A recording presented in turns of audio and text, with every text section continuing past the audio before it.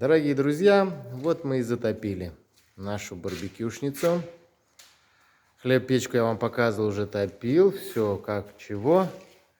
А вот у нас барбекюшку затопили. Первая топка, просушка идет, небольшая.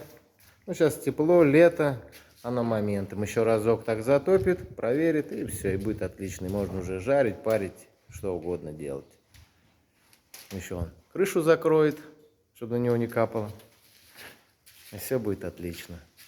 Вот так все, дорогие друзья, у нас происходит. Все выполняется качественно, профессионально, без обмана.